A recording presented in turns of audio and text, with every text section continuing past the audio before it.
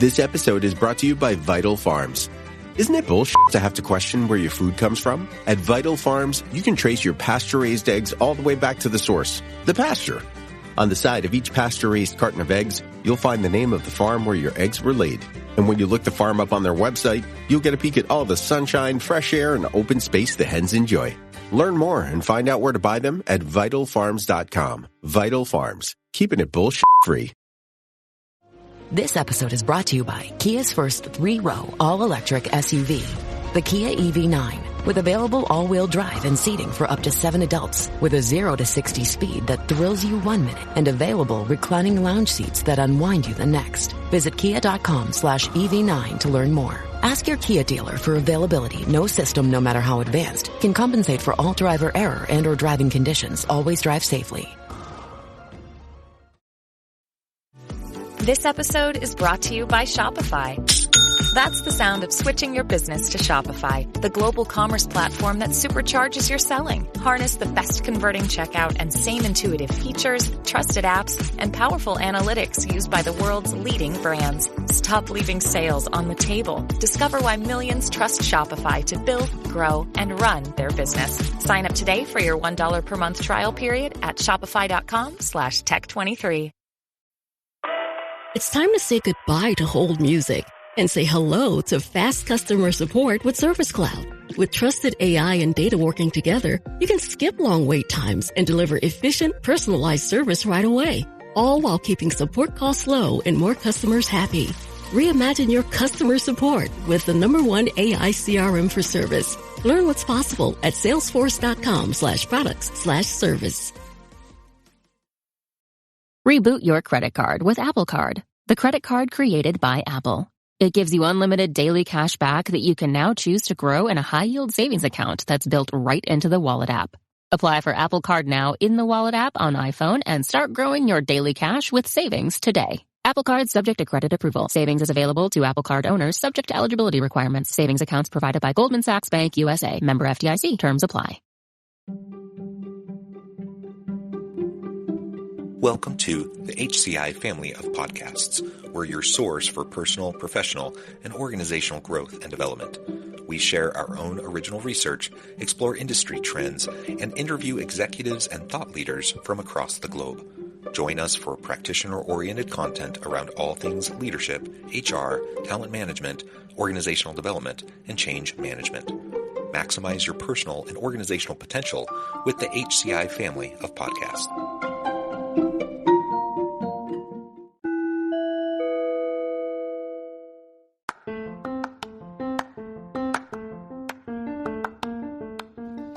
Welcome to the podcast.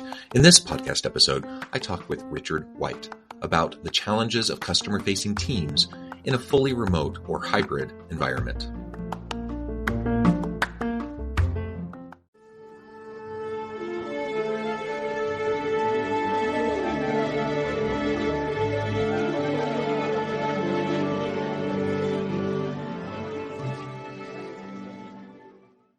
Richard White, welcome to the conversation today. Thanks, Sean. You're joining us from the San Francisco Bay Area. I'm south of Salt Lake City in Utah. And today we're going to be talking about the challenges of customer-facing teams in a fully remote or hybrid environment and what we might be able to do to mitigate those challenges and even turn those challenges into opportunities for our teams. As we get started, I wanted to share Richard's bio with everybody. Richard White is founder and CEO of Fathom.video, a free app that records, transcribes, and highlights your calls so you can focus on the conversation instead of taking notes. I think that's wonderful. I've tried a few of these different types of apps and services before to varying kind of reviews and outcomes. So I'm thrilled to have a chance to talk with you more about really just the background behind that as a tool, but also more broadly, like I said, to talk about these challenges that customer-facing teams are facing in the modern world of work. Richard, anything you would like to highlight by way of your background or personal context before we dive on it? Sure. Yeah. I'm originally kind of a computer science grad / programmer turned product designer turned, I guess, kind of go-to-market leader. At my last company, I ran the marketing team as well as the sales team for a while. And that's where, I think a lot of what we're doing here at Fathom is the intersection of good design applied to the challenges of people running, like I said, customer-facing teams. I don't think you have a lot of engineers running sales teams. Sometimes to good effect, and sometimes to bad effect on my part when I was doing that. But it was a real eye-opening experience and really there was a lot of insights there that led to what we're doing here at Fathom. So why don't you talk just a little bit more about the kind of the origins of Fathom? Because I'm always fascinated by that. And then we can get more into the broader topic. Sure. Yeah, we started the company 3 years ago, but really this Fathom started about almost 4 years ago, actually right before the pandemic. I found myself working at my last startup, talking to a lot of customers. I was actually talking to tons of customers. I think I did like first 6 weeks of 2020. I think I did like 100 or 200 like Zoom calls with customers. I was doing research for a new product. And two things really stood out to me. One was, gosh, I really hate taking notes and talking to someone, right? You're on the phone with them. You can't get them back on the phone. You got 20 minutes, you got 30 minutes. You're trying to learn as much as you can in that short period of time, but you're also trying to make sure you don't miss a thing they say, right? So you're like trying to sequence your questions and get to the root causes and stuff like that, hurriedly typing things out.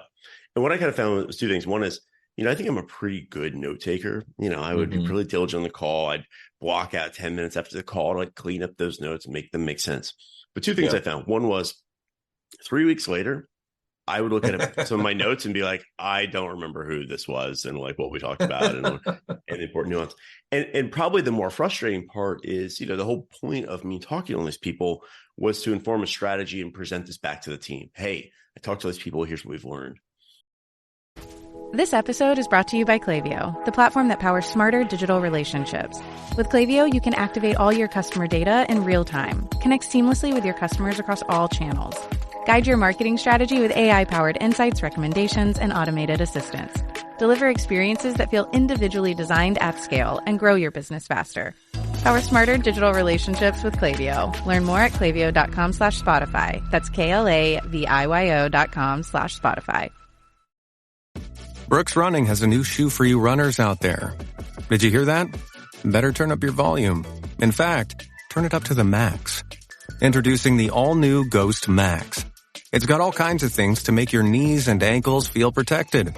Like Max Cushion, Max Soft Landings with DNA Loft V2 foam, and Max Smooth Rides with their Glide Roll Rocker.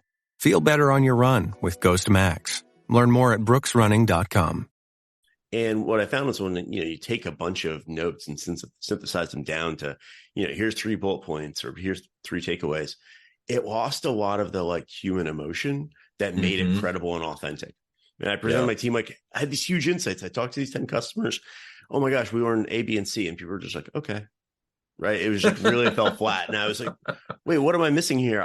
These were amazing conversations, and so we actually did a quick little prototype where I was like, you know what? I'm just going to record these conversations, but instead of like sharing with you 3 hours of content, because no one wants to watch other people's calls, I'm just going to make my own like highlight reel, like pull out 30-second vignettes from each call that I think are really impactful. I'm going to share that with the team instead at the next kind of like update.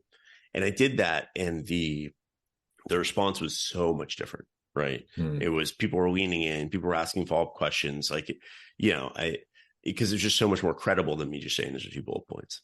And so that was really the start of this idea around Fathom, which is really anyone. I mean, there's been some tooling in the past for these kind of like call recording software, but they were always just really focused at like really high-end sales teams for the most part, or they were really focused on giving you a transcript. And I was going to say, like, I think, really anyone who's on video conferencing meetings has this challenge of taking notes, or if you're a manager, you're someone who's trying to understand the notes, right? When I ran my sales team 2-3 years ago, my biggest challenge was, I was constantly trying to get the team to take good notes. Like, hey, this is too detailed. Hey, this is not detailed enough. But like my own notes, even the best notes, I go back and read them, and I'd always be asked this question. Yeah, but what did that person actually say? How did that pricing discussion actually go? When they describe this problem that they're facing, like what's the nuance of what they said? And so I think we saw from multiple directions, from the direction of someone that's on the call, there's like a huge productivity gain you can unlock by just having some other tool backing you up. So you don't worry about missing a point. You just can have a conversation and know, if there's some really great insight I get from talking to John, I can go grab that clip. I can rewatch it and share it with my boss. And as a manager, you have the also problem, which is you're expected to be omnipotent about what's happening on all your team's meetings, right?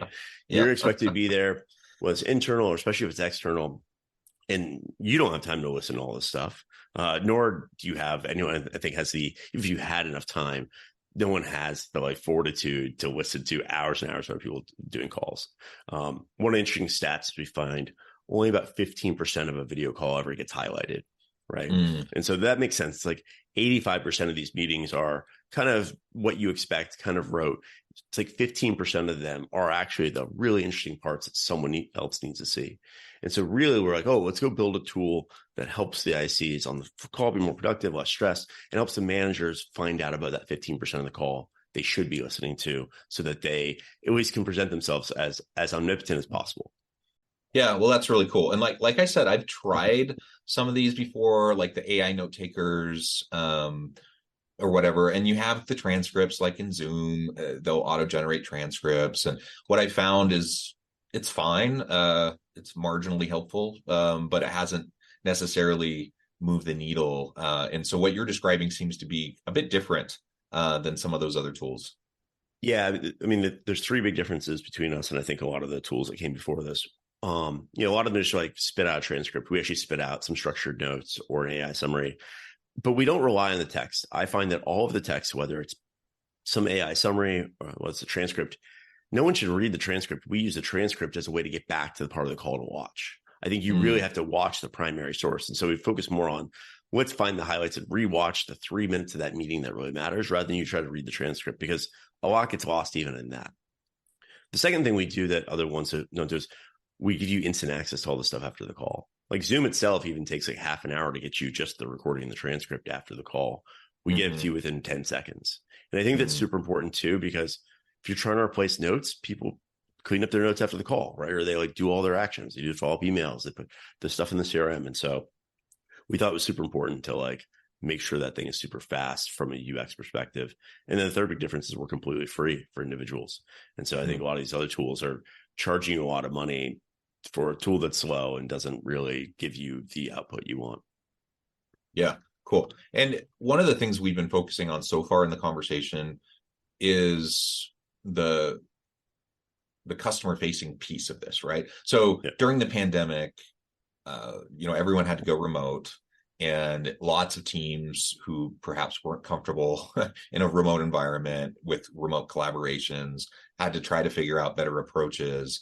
And I imagine this tool could be utilized in any of those types of remote or hybrid types of team collaboration types of environments, but you also focus directly on the customer facing teams. So maybe speak a little bit more to that, in that distinction, even where you're kind of honing in on that niche. Yeah, that's been our initial kind of focus, has been those external calls with customers. They're I think one of the most limited resources in an org, right? It's unlike an internal meeting, if I miss something you said and you're a customer, it's hard for me to get you back on the line, right? Even harder if you're a prospect, right? So we also see that's also I think the lifeblood of an organization is, what are customers saying about us, right? And the larger your org gets, the less people are actually at the coalface hearing those conversations, right? And so I think we also find that those kind of customer conversations are something that everyone in the org wants to see, whether they're in marketing, whether they're in engineering, whether they're in product. So any of the calls that are happening for your success team, for your sales team, from your implementation team, they want, that's the stuff that everyone else in the org wants to get access to. And I think they're also the most high pressure calls too, right? Where it's trying to ask you to do two things at once. The less we can make the lower we can make the cognitive load on the human doing the conversation, the better, right? And so we'll not only record things, we'll do in-meeting coaching, right? Letting you know if you monologue or you're talking too much or not enough, and that sort of fun stuff. But yeah, I think the pandemic was interesting because a lot of the ways, if you're a manager, a lot of ways remember I mentioned you are expected to have this kind of omnipotence. And historically, the way you had some of this omnipotence was ambient awareness. You would have a sales floor, you have a success floor, you overhear people saying things, and you could overhear one half the conversation, and that could kind of give you some awareness. Oh, that's interesting. What question sparked you to go down that thread, right? Or, I don't know that we should explain it this way. Here's probably a better way to explain it. A lot of that was lost. And I think there was a lot of really good, customer facing managers that kind of found themselves without their best tool, which was that ambient awareness of what's happening. And so now we're trying to help people kind of rebuild that ambient awareness with tools like Fathom, where you can say, okay, certain keywords or certain things, I want to be able to audit calls when, I hear they don't go well, or I want to get an automatic alert when certain keywords or certain things are said, or I want to get notified and listen to all the pricing discussions that are happening. So we almost have to rebuild this from first principles of, okay, you're not just going to overhear things. What's going to get more structured and programmatic around what are the parts of the conversation you think are most valuable for you to like review and listen in on? Yeah. Well, and I even think back to, in another life, this was decades ago, where I'm like sitting in, I'm like a training supervisor at a call center, and I'm listening into calls, right? That's like what I did so much. I'm like listening to calls. I'm taking notes for coaching or mentoring sessions, or to figure out what trainings need to be accomplished. And like you said, nobody wants to sit and listen to calls where the vast majority of it's just kind of rote, kind of repetitive stuff. It's really that smaller chunk where you get to the heart of the interactions, right? So I imagine even in that kind of a setting, like this could be super helpful, because it's going to highlight the most important pieces that are really going to resonate and are going to be important for you to then translate into like coaching conversations and those sorts of things. Yeah. The ability to just pull out like, here's 30 seconds call and share it with a colleague or another executive, et cetera. And now we're even getting to the point where we can automatically surface some of these trends across calls. So like we're at the point where I don't even need you to listen to individual calls. Here's the top 3 new questions we've heard this week. Go listen to them and brainstorm and answer with your team. So yeah, that's why we focus, I think, mostly on external calls. Having said that, I think the other big impact of kind of the shift to remote work is what I call kind of like meeting inflation on like internal meetings. Sure. Again, it stems from the same like ambient awareness problem. It used to be invite a few people to the meeting. If someone needed to hear some part of that meeting, they'd probably pick it up, at the water cooler or whatnot. Oh, we talked about this. Oh, let me go follow up and figure out what was said. And in a remote culture, that doesn't happen. So now you get people over inviting people to meetings. Oh, like one time we talked about something that Tim should have heard. So now we're inviting Tim to this meeting every single week. And poor Tim never 3 out of 4 times Tim joins this meeting, doesn't say a thing, doesn't need to hear any of this stuff, right? And so that's the kind of the next step we're looking at is we've got a bunch of pilots where we're enabling these larger orgs where we say, look, you're going to record this meeting. We're going to send out a summary to everyone that attends, or even the folks that don't attend, right? Anyone who's invited. And so we're going to give people the permission to not join that meeting, instead watch the meeting recap, at 1.5x speed, or wait for someone to tell them like, hey, Tim, there was a 5-minute segment you really should hear, right? Oh, great. We can make the decision after the meeting now, not have to preemptively before the meeting invite Tim and add an extra hour of non-productive time to his day. So I think both these things stem from, it's just hard to create ambient awareness in a remote environment. And so we have to kind of rebuild a lot of our collaboration process. Having said that, I think once you do, you actually build a org that's almost more resilient and more efficient than the in-person one, because the ambient stuff was easy and you got it for free by having an office. But I don't think it was always the most effective way to do these things, right?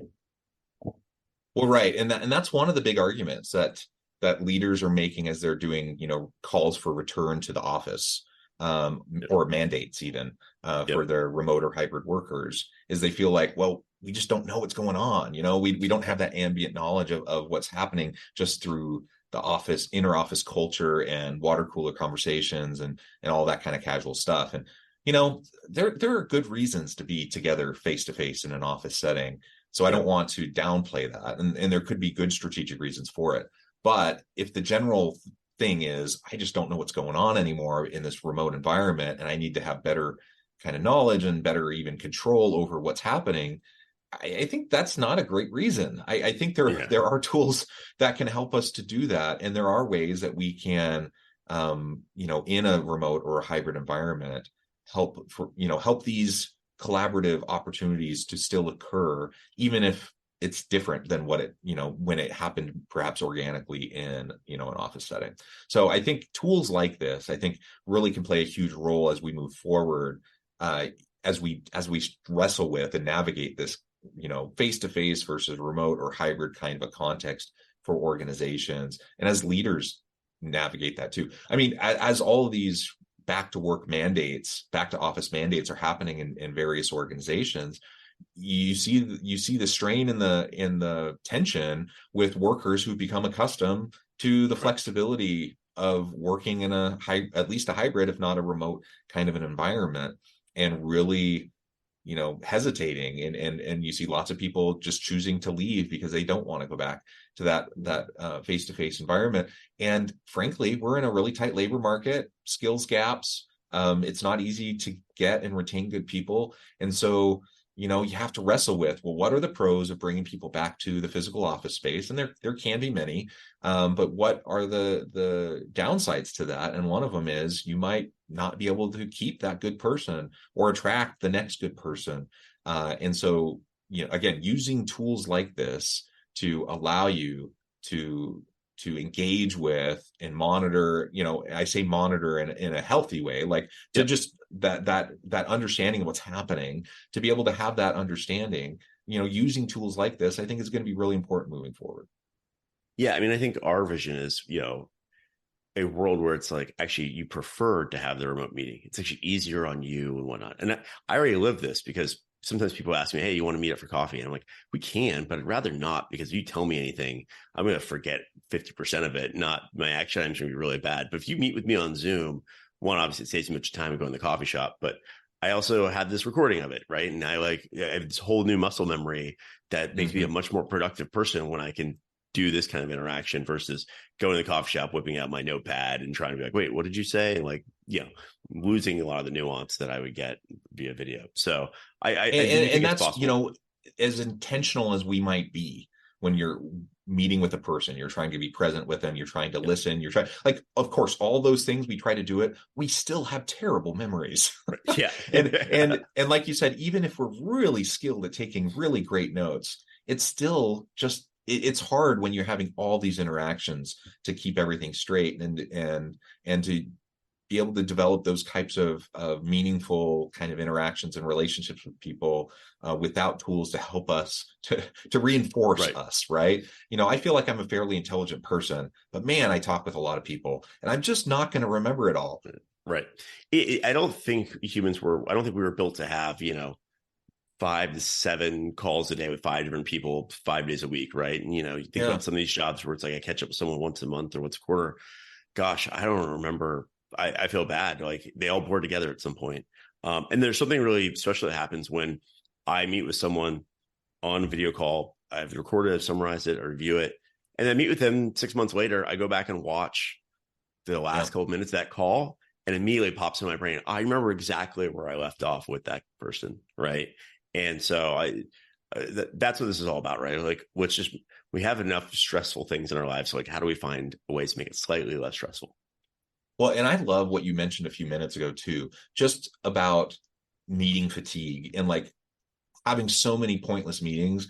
I don't know about you, but I went to lots of pointless meetings before the pandemic. But once the pandemic happened and like everyone goes remote, all of a sudden I'm getting invited to every stinking meeting. And I'm like in meetings all day long. And that's the pendulum has swung back a bit, but still I'm in way more meetings now than I was before the pandemic. And a lot of them, I'm like, do I really need to be here? And if I'm thinking that, I'm sure everyone else is thinking that too. And so the reality is these types of tools can also be heavily utilized to make sure that's not happening, because you can get someone caught up very quickly. They don't have to attend the entire meeting, but they can get that little nugget, the important piece, and then run with it. How much more effective and efficient is that? How much, in terms of just opportunity cost, in terms of time wasting, how much can organizations save from a productivity and efficiency kind of perspective, let alone like just like the soul sucking aspect of like sitting through meetings that demotivates people and then they're not going to be doing great work. I mean, it seems like just a no-brainer if we can figure out how to utilize these tools for that kind of an approach as well. Yeah, it can not only be helpful for disseminating information from these meetings so you have less people attend, it also help you figure out who doesn't need to be there, right? We'll track who talks, and you'd be like, look, the last 3 meetings, like I said, Tim's talked only 2% of the time. So maybe Tim doesn't need to be in this meeting, right? I used to have a rule at my last company. I think Amazon's industry culture around this as well, but my rule is like meetings are for discussion, not content delivery. Yeah. And you see a lot of places. I think the reaction to that loss of ambient awareness for a lot of organizations was the only hammer we have for awareness is meetings. And so everything looked like a nail. And so just great, we're going to proliferate these meetings. But yeah, there wasn't someone that sat down and said, we're going to have a bunch more meetings. It just happened organically because that was the main lever you had as a manager to disseminate information. And I think now you're starting to see companies look at stuff like this, like Fathom, or also looking at things of like, which of these things don't need to be meetings? Which of these things could be, I'm going to record a presentation and let you watch it asynchronously, or, I'm going to take the time to Amazon style. Amazon has the before every meeting, big strategic meeting, you have to write a 6-page memo, and everyone sits at the beginning of the meeting and reads the memo, and then they discuss. And so, maybe you create a culture where it's like, oh no, we're going to put more onus on the meeting creator to disseminate stuff asynchronously ahead of time. So I think you're seeing a bunch of different strategies. And I think the answer is all of the above, right? There's no one silver bullet. The good companies are deploying all three of these strategies in different places to, try to get back some of that productivity that was lost when we got this dramatic meeting inflation. Yeah. Well said. Well, Richard, it has been a real pleasure. I know at the time I'm going to need to let you go here in just a few minutes, but before we wrap things up for today, I wanted to give you a chance to share with the audience how they can connect with you, find out more about your work, your team there at Fathom, and then give us a final word on the topic for today. Cool. I'm a LinkedIn guy, so feel free to find me on LinkedIn. Richard White on LinkedIn, Fathom. You'll see this bright blue avatar. It looks like a bitmap. Everyone thinks it's an NFT, but we had 8-bit images before NFTs, so calm down. It's not an NFT. So just ping me on LinkedIn. I'll try to hopefully get back to you quickly in between all the recruiter spam I get. I think the last word on this is just that there are a lot of ways to improve this, right? So I think if you're not experimenting with some tool, either for internal meetings or external meetings, you should be trying something, because I think there's a lot of stuff out there that you can start iterating to a more productive workforce. Obviously, we'd love for you to try Fathom. Again, completely free to use for individuals. We only charge you once you want to roll it out to your entire team, but you can easily pilot Fathom with a handful of folks in your team. They'll love it. They'll be more productive. It's almost my guarantee. I've very rarely seen people that are on customer meetings that don't. So yeah, that's it. Thanks for having me on, John. This has been great. I love it. Thank you, Richard. And I'm excited to try Fathom myself. I'm going to go check that out as soon as we're done with this call. I encourage the audience to reach out, get connected, find out more about what Richard and his team can do for you. And as always, I hope everyone can stay healthy and safe, that you can find meaning and purpose at work each and every day. And I hope you all have a great week.